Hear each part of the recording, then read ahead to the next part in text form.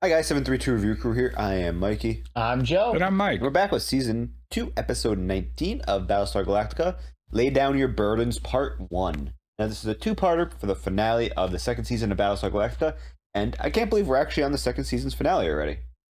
Pretty crazy. Now, a lot of things happened, especially as of last episode, we have shifted to focusing on the Cylons, the skin jobs that exist on Caprica and what they're doing. Did a lot happen though? Yes. A lot happened, but at the same time, I feel like we didn't actually get that much. We got like the prologue to the Cylon. Yes, like we just got new perspective, kind of. I felt like more so. We did, and it's very interesting to get this new perspective and learn some more, and also find two Cylons that basically want to get back to the humans and be with the humans, which is rare, you know. Yeah, I can't wait Because they get find out. boxed. Yeah, I really can't wait to find out what's going on in this. And we're just going to start. So thank you for joining us. We're beginning in 3, 2, 1.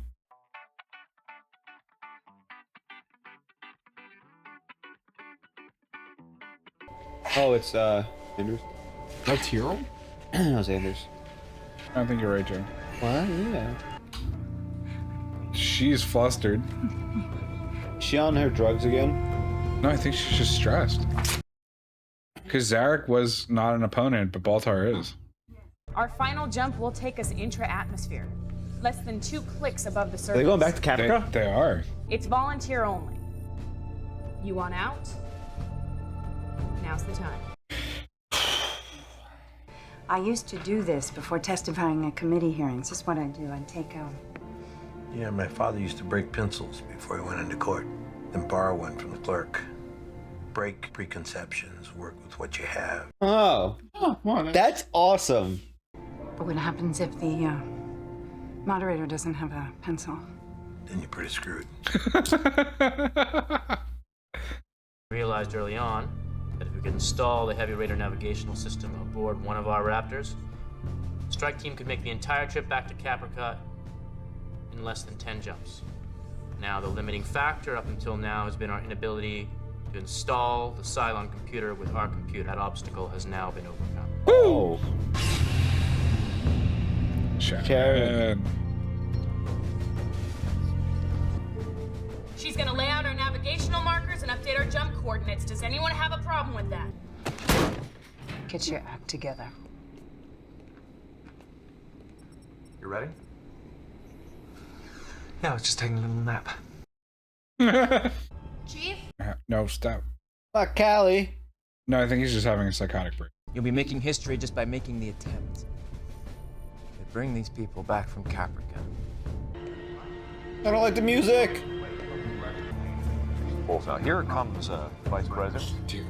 Tension's building. Yeah, and the music, dude. It's so good right now. So I feel like someone's about to die. Yeah. I hope it's not Chief. I'm gonna be so sad. I'm going to wipe the floor with you guys. Shake hands, exchange a few words. You must be losing your mind again. If that's the best you can come up with, you really are in trouble. Good luck. Goddamn! Mom's about to wipe the floor with crazy cousin Baltar. Don't shut me out. Not now. Something dark is coming, Halo. Chief? Oh, What the fuck?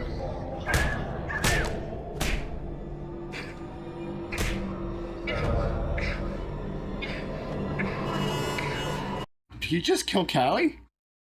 I fucking hope not. I think he killed her, dude.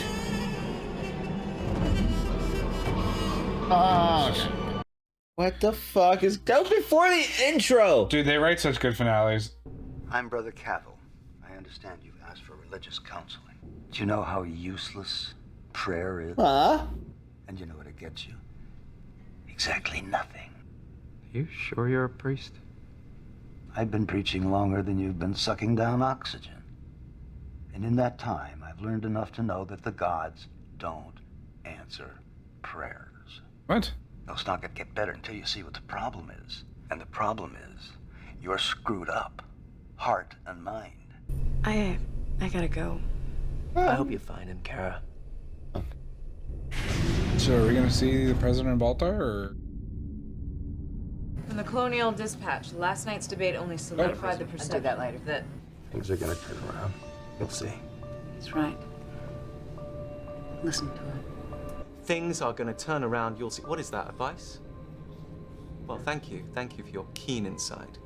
Your astounding political acumen. You know, I'm so assured right now, Tom. Did I ever say thank you? No. Then again, that would be a first, wouldn't it? I love them. Thank you. Commence the first jump. Woo! That's cool.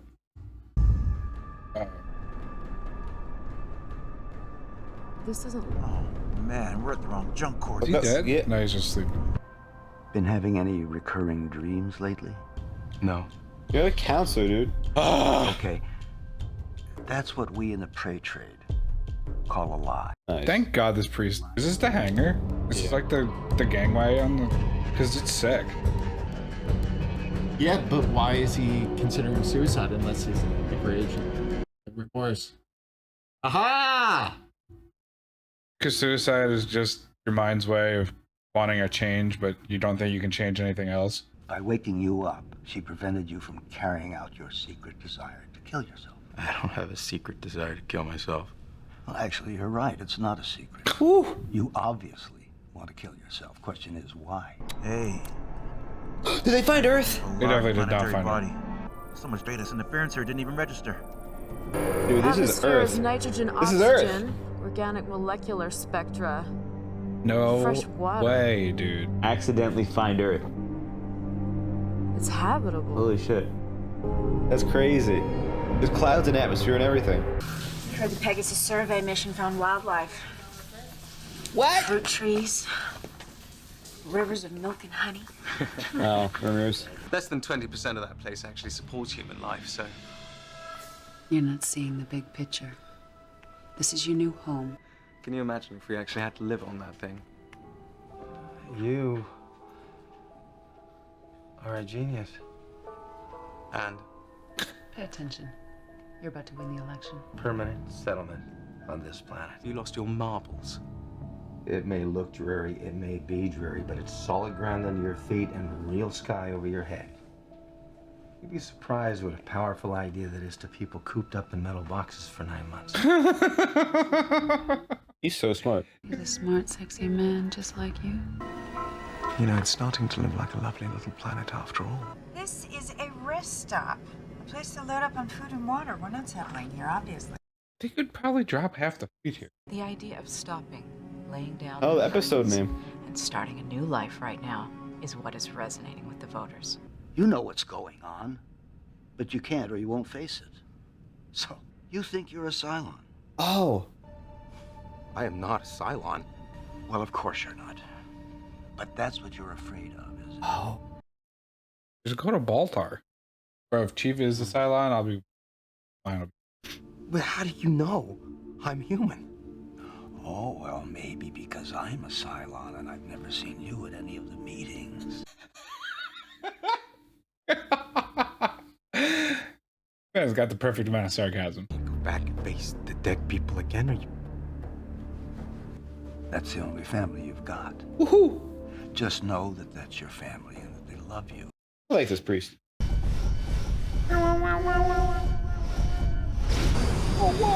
Oh, wow. That's crazy. That's cool. Good thing there's no flat guns. It was about to feel like Normandy for a second, dude. Jesus. Missing a Raptor. I'm only reading 17 out there. Oh, no, I'm picking up their transponder, so they made it. Bearing 827. They jumped inside the mountain. Oh. No. What is that even? They're dead. Yeah. Yeah. They disappeared inside of a mountain. How do you respond to the charges that you seize the idea of permanent settlement on this planet as an opportunistic gamble? Some would say as to be construed as a desperate move from a campaign that was falling Jesus behind. Christ. Well, That's dead on the money. There's no assurance, none whatsoever, that the Cylons don't already know about this planet, that they don't make regular stops here looking for us, and that in fact... What you've seen right now, ladies and gentlemen, is another example of the president using fear to drive her campaign. Instead of hope. Is it not time to stop being afraid? Thank you. That is all we have time for today. Did you get a chance to respawn? What the both fuck? candidates for their... Oh, she's mad, dude. The polls will open in 3 days. That was the last debate, bro. That was the last of it. That was brutal for him to end on. Not your night, I guess. Why don't you go frack yourself? Woo! Oh, well, that's what he wants to hear her say. I love her in her outfit. Marine buck. Movement, 11 o'clock. You got a Samuel T. Anders there? Is there a carrot thrice there? If there is, you tell us you took a good sweet time. Hey! They have good scouts that they knew they were like A click away, yeah. and ready to defend them. And got them there, yeah. Yeah. Where are the rest of your people? This is it. Oh. Toasters hit our base camp this morning. Almost like they knew this mission was happening. Jesus Christ. Shell trajectories are between us and the Raptors. We're cut off. Oh my god. Dude, there's got to be a silence somewhere in like the command of Galactica. Because how else did they know? Oh my god, that was a great way No, to do it. I think that confirms it that there's still a sleeper agent on the Galactica for sure that has just been giving information for the last 2 seasons. Or was it just There's no other explanation. There's no coincidence? No fucking way, Mikey. You know. No fucking way. You know. Starbuck drinking so much and blacking out would really cover well for Cylon, like sleeper movement. Yeah, but then the same would go for Colonel Ty. I have no good guess. My guess is Gata, I guess, but again, based off of nothing. My guess got brutalized last episode. Yeah. Maybe my guess is the guess I could pull out of my ass is that Ty told Ellen, and I believe Ellen's a Cylon, so she told them. If anything, it made more sense that Tom Zarek's a Cylon and Ellen just keeps talking to him. But how would Tom wouldn't Zarek know about this mission? He wouldn't know. Because it seemed like I'm assuming Rosalind knows. Yes. But it seemed like they kept. She might not even know because they're like amidst the final days of the presidential election. They kind of just seem to keep the stories totally separate. You know, like even Adama and Rosalind are together. At no point in time is she like, "Is everything ready?" Like, are you concerned? They never discuss it between the two of them. Now, so it seems like it's gotta be someone on the Galactic to me. Or maybe I'm sure you could argue the Pegasus, but in reality, they haven't shown us anyone where you'd get any type of like, oh shit. It could be an unnamed character. Be a random Viper pilot. It could be a Viper pilot too. I was thinking that. True, like racetrack. Yeah. Like, oh hey, look at this totally habitable planet that I found. You gave me these coordinates. What do you want from me? Yeah, it's true. I know the co-pilot's like, you fucking. I just typed the numbers in, dude. I don't do shit. So let's talk about that. They misentering the coordinates is once again. A random jump has led them to. She miscalculated? Well, a random jump has once again led them to a habitable planet. No. I thought Sharon was doing all the nav calculations and then letting everybody else know. This is why she's plugged into the computer. But you have to remember, there's so many ships. I believe what Sharon is doing the normal calculation, and they each probably have to adjust by like 0.1 degree or something, so or they all have so they don't even all spacing. warp onto the same spot. Yes, or a mountain. I'm sure they're. So Sharon is doing the A to B, but then C is their designated location at B, so they have to adjust slightly. Makes sense. Is what I'm imagining, or just plot holes. She seems fucking. She seems very broken. And they just I like my thing. They just mistyped like a decimal point and just. Dude, you just copy paste, bro. What are you doing? She could also be heard maybe attempting revenge on Galactica people for. But how could she have possibly gotten the information out, Mikey? No, what I'm saying is her warping those people to random spots may have been just her revenge, slightly messing with the That's a good point. It could just be Sharon. Yeah, but I feel like they would have lost 3 ships because they said they could lose 3 ships, no more, or the mission's over. Meanwhile, only 1 ship was destroyed. The other ship didn't get destroyed. They. So I don't think. Maybe I don't know. I don't think. I think Sharon is fighting a serious battle where she loves Hilo and she feels like a human and she wants the humans to trust her and she wants to help the humans. And then they killed her baby. But she has to make sure she has to skirt this line. If she hates people who were fucking up her life and killed her baby. But Well, they she didn't kill her also baby. seems to be fighting. She believes it. When we make the distinction. So Yeah. Sorry. Yeah, she believes they conspired to kill the baby. But that doesn't mean that. So she's in this weird spot of she wants to help humans, but she's also hates humans, Fair. but not all humans. So I think she's still. I think at least that Sharon is still like right with the cause, I guess.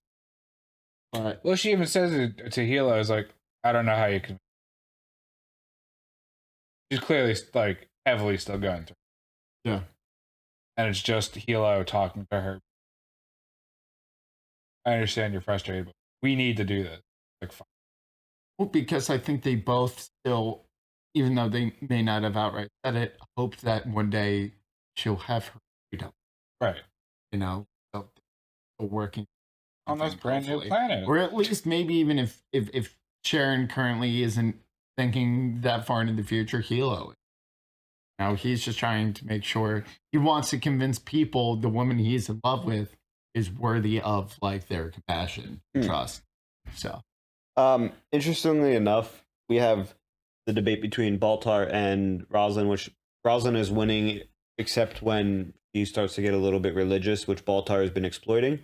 But with the finding of a new planet, it kind of highlights her and how she functions. So Rosalind is running her campaign kind of based on fear with her discussions and whatnot. Sure, but I mean, both candidates know this planet sucks and they should go for it. Exactly. It's just Baltar is like preying on the public opinion. He's spinning it and playing it the way he knows, whereas Rosalind knows as a politician to give the truth and not any preconceived notions that may be false, because she wants the people to know that it's not going to be an easy life with, you know, what Dee was saying, which was the rivers of milk and, you know, honey on the trees and, you know, this and that. You know, it's going to be a hard life. Only 20% of the planet is hospitable, and it's only near the equator, so that means it's probably going to be pretty hot, too. So it's one of those things where it's not going to be the best life. We can keep looking, or we can settle here. You know, she was willing to give them a little vacation, but like he knew it wasn't a good permanent settlement for the people. Sure, you know, and they said that, but honestly, Mikey, the whole time they were having that debate, I'm like, how big is the planet? Yeah. Because I was like, we're talking about 50,000 people here. 20% of a planet the size is of a Jupiter. lot of fucking habitable space. You need an island. No, I understand. What? So let's just say it's a fraction of the size of Earth, okay? But let's just say they have a continent the size of South America. They're fucking set. Are they in a rush for more than that? And it would be roughly that climate And from there what they was made it plants sound and there like. was animals too. There's, you know, So that's what it's like. hunter-gatherer life. Again, I feel like there's this weird contrast between the now and long term. And I understand you don't want to make a permanent settlement, but I mean, bro, a permanent settlement could literally be like 25 years and then be like, okay, we're ready to leave. Or we'll stay another 25 years. They could drop like 10,000 people down there. Now, yeah, no, I don't think they don't establish that and then send out explorers. Like, whatever. That's fair. Fucking good luck. Here's your fucking boat, dude. Later. We'll see you later. Now, when we find Earth, we'll come back. I thought that was weird. Special shout out, by the way, to Adama. I want to say this episode, a good quote from him before I forget is break preconceptions and make do with what you have. Yeah, make do with what you have. That was literally like one of the best quotes I've heard Baltar in a long time. Sees that. And he did. Baltar threw away everything he did and he was using and was like, I'm just going to use what is given to me, which what was given to him? A planet.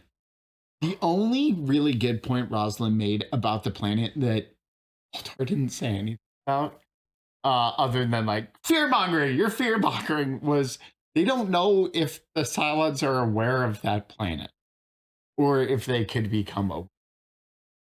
Well, I think in the fleet. I think a good argument against that is like, or it not that, because remember in like the first episodes, like they go into a nebula, the supply depot, and like, yeah, the Cylons knew about it, but like the one Cylon that was there was like dying within a day. Yeah. Like, is this nebula the same effect? Because if they know about the planet, but that happens to them anyway, like maybe they won't stop by that often. Maybe. I don't think. I don't know. Because they said it was just fucking up the radar. Yeah, I don't know if it was the same. That's what happened with the nebula with the supply depot. No, they had a radar. Thought. That's why they said it was. No, they said something like Lee, like, "Hey, go check the weather outside." And he's like, "Okay, I'll be right back." And he's like, "Oh Jesus Christ!" He peeked outside. He's like, "Oh back. And he's like, "It's snowing a lot. There's 5 feet out there already. We're snowed in, dude." Your blood. I don't have anything else to add for this, but I'm just excited for the finale. Yeah. Wait. Well, hold on. Last topic. Tyrell. Oh my God! Yeah, sorry, I almost forgot that. So his mental breakdown is very interesting because you called what he thought. It may not be true as far as we know, but he thinks he's a Cylon. But why would he be? Because he was dating a Cylon, in love with a Cylon, so he's wondering if his mission was to, that was part of his mission. Cover. What do you mean? It's an irrational fear. But hold on. No, it is irrational fear. It had me thinking He was of season 1. Yeah. When Sharon shows him the box with like, the detonators, but there's still one missing. There was one on her Raptor. Put it there. You did that. She didn't put it. How did she put it there? She put them in the tank. Why couldn't she put one in her own ship? Why would she put one on? That was in case they found water, so she could destroy the ship, and so they wouldn't know where to find water. That happened after the water thing. Yeah, it was the water situation. Oh, but she flipped it off. She turned it off. Yeah, she fought her programming. That was the whole thing. That's the whole thing we were fighting about. She seemed surprised when she saw it, but then she just... Because it's a sleeper agent. She's not aware of that part of her brain doing that shit. Okay. All right, but how or maybe would it she was have Tyrell. gotten access to put it onto the ship? It's her ship. She can walk onto it. Maybe. How'd you get into your house today? The window. I haven't fixed it yet. Okay. Right. I don't have anything else to add now. Sorry, back to this discussion. Oh my God, yeah. You think he's a Cylon or not? Yes. No. Yes. I don't think he's a Cylon. No, wait. Yes, I think not. Answer that. No, I don't think Tyrell's a Cylon. No, Tyrell's not a Cylon. No, he's not a Cylon. I'll stick to. It's got to be somebody. Got to be somebody. Listen, if the writers don't know, there's no way for us to know. My only issue. Is Tyrell in a position where he would really know? No. Like he'd know, like, oh, okay, I need to have all the ships ready for this time and whatever. But like, he's very trusted, so why wouldn't he know? He might not know the Superfinder. Hey, they're gonna be arriving at Caprica tomorrow at 18 hours. It doesn't make sense for Tyrell to be a Cylon. It doesn't. He's having a breakdown over it. None of it needs to. What? Okay. Well, who do you think is? I don't think have a guess. I don't think we met them. There's a mole, clearly. But it could literally be a Viper pilot. We don't know yet. It might not be named. Okay. But his breakdown was very interesting because it was, he thought he was Cylon, so he wanted to kill himself, but he wasn't acting on this. But it looked like it put him into a sense of sanity, a state of insanity, which he beating up Callie unfortunately brought him back. The priest interaction was one of my favorite interactions I've seen with like a clergy member in a TV show, where he gave him like all the great advice. He's like, why are you going to pray? Praying, I've been a priest for so long. I know praying doesn't do anything, and this and that. Scriptures don't mean anything, which was an interesting contrast to what Roslin was saying. This episode. He's like Dr. House, but he's like a priest. A priest. Yeah, kind of a tough love angle. You idiot! I love it. Besides that, though, I do not have anything else to discuss. Do you guys? No. Nope. Thank you for joining us, guys. Video 732 of your crew. I'm Mikey. I'm Joe. And I'm Mike. And thank you to our Patreon viewers for selecting this as our TV poll. We do enjoy this show. All the twists and turns have been great, and we can't wait to see what the finale next episode is coming out. They're going to be showing us, because hopefully we get some good information. We learn some new things. But if you want to help support us, make sure you check out our Patreon, which does feature full lengths. Otherwise, make sure you comment, subscribe if you haven't already, and we'll see you next time. Bye. Bye. Toodaloo.